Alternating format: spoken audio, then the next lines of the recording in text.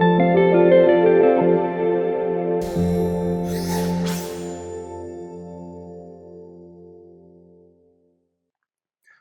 back, everyone, to the third and final section in price action concepts.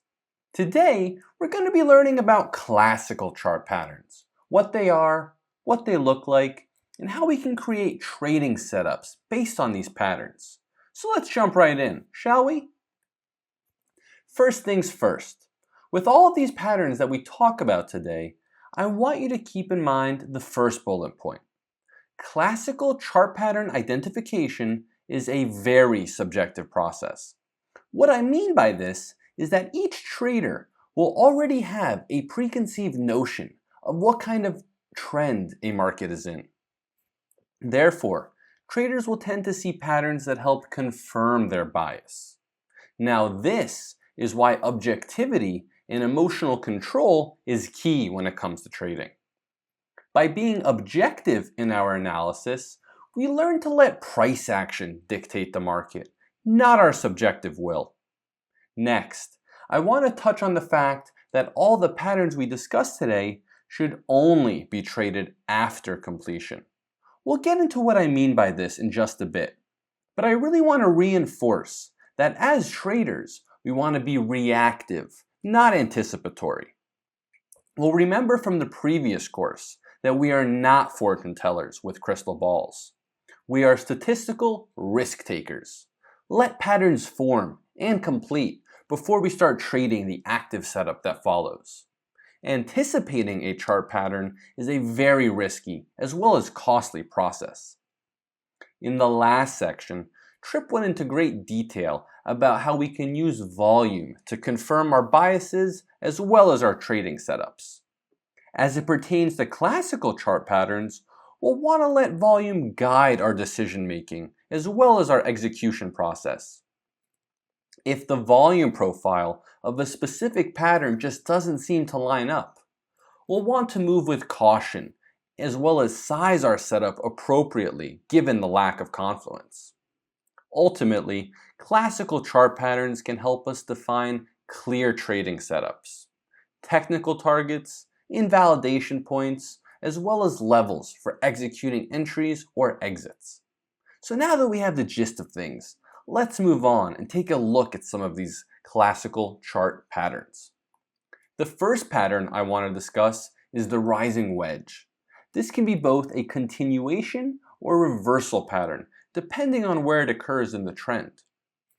The important thing to remember is that a rising wedge is a bearish market structure. It's created by higher lows that outpace the higher highs, forming a wedge like the name suggests. Now it's key to remember the following technicals. The technical target of any rising wedge is always equivalent to the wedge's pole that it started from, measured from its point of breakdown. The pole is essentially just the height of the structure, that is, the distance from the top to the bottom as shown above. Now, as with many of these patterns, you will usually see a retest of the structure after the initial break. This is where traders should look to enter in the direction of the pattern target. We'll notice in the example above that after price broke down from the wedge, it came back up to retest the broken trend line. It's on this retest that we look to enter a short position. I'll dive further into trade setup parameters in the next video when we look at some live examples. But for now, I want to redirect your attention to the volume profile of a rising wedge. As Tripp mentioned, volume helps confirm our trading bias.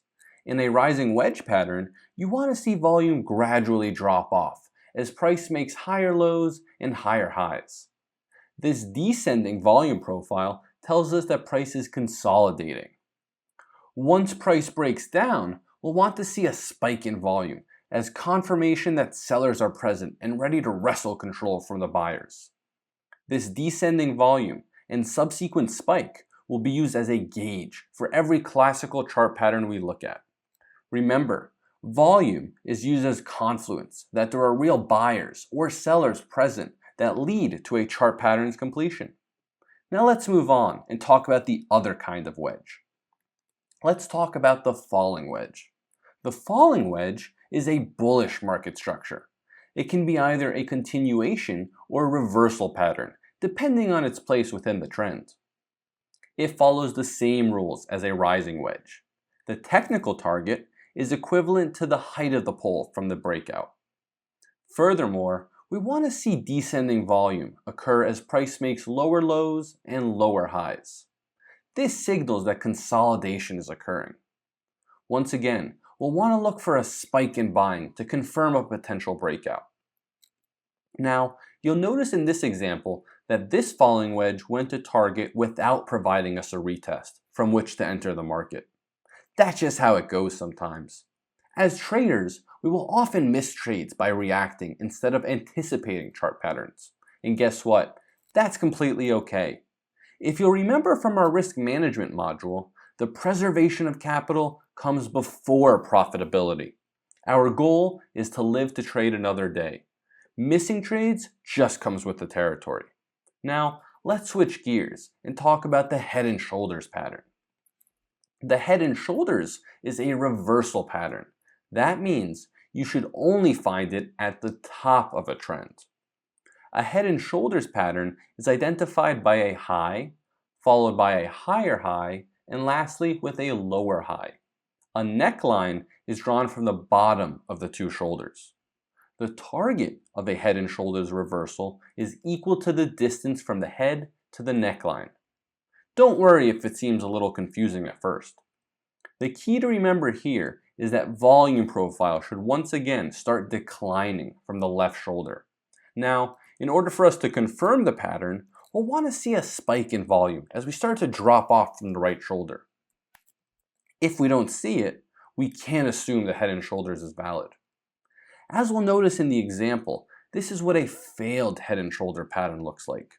Price lacked volume confirmation as we broke below the neckline, and therefore we saw buyers step in and continue the trend upwards. This is an important point to note. If a pattern that is supposed to lead to a trend reversal fails, what can we assume?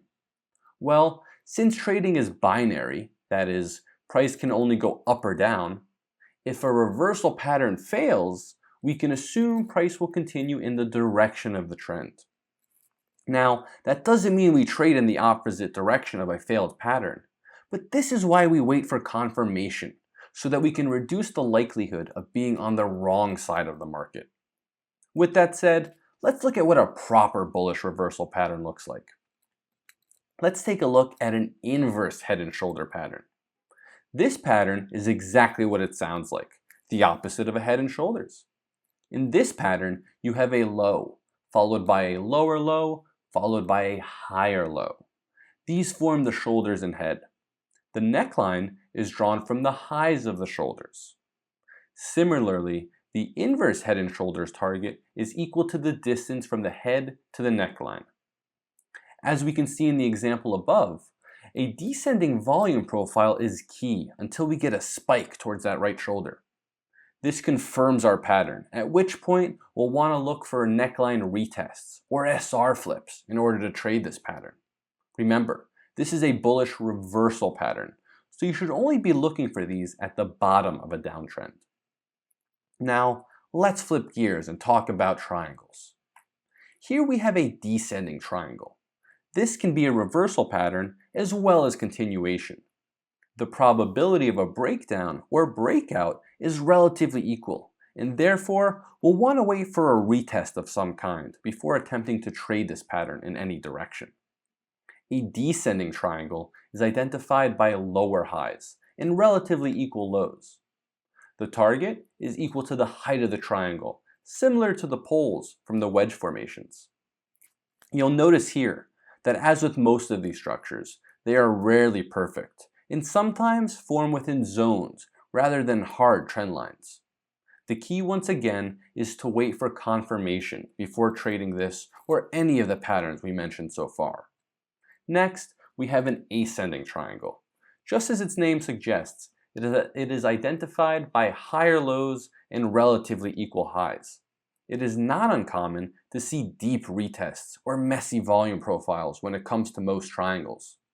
The target, once again, is equivalent to the height of the triangle. Now we're going to talk about the last kind of triangle, the symmetrical triangle, also known as bull or bear pennants, depending on your bias. These patterns occur frequently and are considered continuation structures. The target of any pennant is equal to the height of the pole, as mentioned before. It should follow a descending volume profile, coupled with a spike in activity as confirmation. Now, it's important to remember that while observing price action, you'll likely notice a lot of patterns forming, but that doesn't necessarily mean you should trade each one you see. This is where a trading system comes in handy. Let your system dictate exactly which kinds of structures you should ultimately end up trading. Remember, overtrading will likely lead to more losses than wins. Let's take a look at the last two types of structures before we get into some live examples. Here we have bull flags and bear flags. These are similar to pennants, except they have a more rectangular range, similar to how a flag would. The targets are always equal to the height of the pole that precedes them. Now, bull and bear flags are always continuation structures. These will be the most important structures we talk about today, because once we identify them, they help inform our trade setups. In an uptrend, you are likely to see many bull flags as buyers take profit and offside sellers try to wrestle control. Remember, this is where you'll want to look for descending volume to showcase that buyer and seller consolidation. Now, once you notice a spike in trading activity, that's where you can look for entries to the upside. And of course, the same goes for bear flags. You only see these in downtrends. They are caused by sellers taking profit, as well as offside buyers entering the market. Price will rise until sellers sell the bounce and confirm this with a spike in trading activity. Now, I know we went over multiple structures in this lesson, so don't be worried if you're still a little confused. In the next video, we'll start to look at some naked charts and see if we can identify some of these patterns in real time.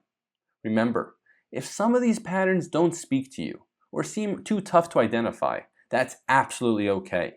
There are plenty of traders who don't use any of these and are still very much profitable. Our goal with this lesson was to educate you and provide yet another tool for your trading arsenal. What you end up using is entirely up to you. Thanks for watching, and I'll see you soon.